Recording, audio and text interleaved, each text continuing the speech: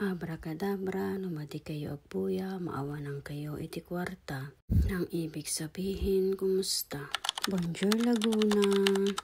At ito na nga, sinilip ko nga ang panahon kasi nga bibili ako ng karot pagkain ng mga dinosaur. At sinilip ko nga sa labas, pagkatingin ko umuulan ng niebe kasabay ng hampas ng hangin. At nakita ko nga itong okra, may bulaklak na. At ayan nga, dali-dali ko nang kinuha yung boots ko para isuot kasi nga umuulan ng niebe. Alam mo naman na malamig dyan sa labas. Kapag hindi ka nagbota or nagboots, ay naku, malalamigan ang iyong paa. At heto na nga, naglalakad na ako para tumingin ng karot ng mga dinosaur. Nang nadaanan ko na naman tong Black Sea at eto, napakaganda ng bulaklak, diba? At ayan ang Black Sea, tignan nyo, ang dami na namang nakalutang ng mga isda, pategi bells na yata yung mga yan. At habang naglalakad nga ako, iniisip ko, sana nga meron silang tinda dito sa binibilhan ko. Kasi nga pag wala, pupunta talaga ako sa labas. At ayan nga, tinanong ko kay kuya kung may tinda silang karot. Di, wala ang karot? Magkano isang kilo?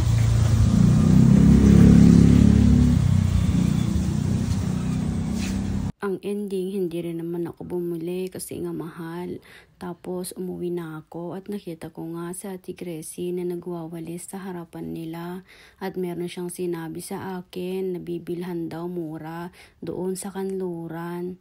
Pero sabi ko nga parang malayo naman doon sa kanluran, pero tsatsagain ko na basta't merong pagkain ng mga dinosaur. At ayan nga pala, yung kapitbahay ko na sa Ate Gracie, nagwawalis. Siyang nakapagsabi na meron daw mas murang bilihan dun sa kanluran.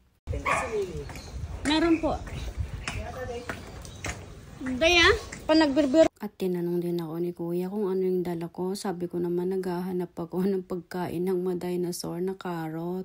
At nagpatuloy na nga ako sa paglalakad, lumabas na nga ako ng subdivision kasi nga medyo malayo-layo yung pupuntahan ko, pero carry lang, lalo na kasi mas gusto kong naglalakad pag ganito.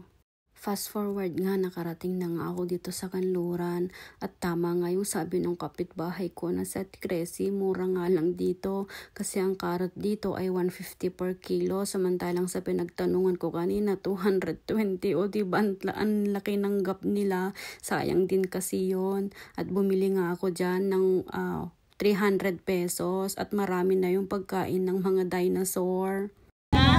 Oo, ganun na lang sa gitna kasi pag niref ko naman. Bahak. Oo, ganun lang te. Trailer nyo, hindi ko makita. 398 ma'am, bahak dyan sa lang, bahak nyo, no?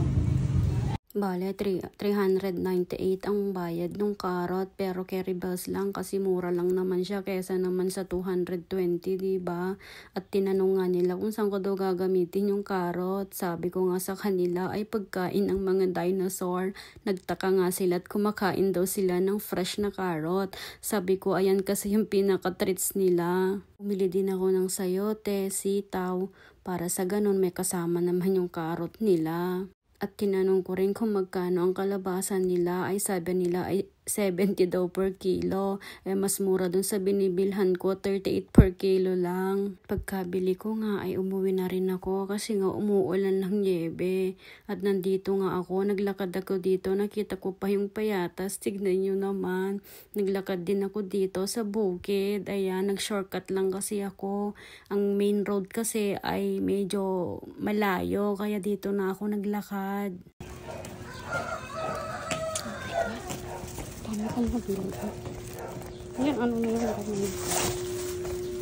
Sa totoo lang, mahirap ang maging katulong kasi ang alam nila mabilis lang, madali lang.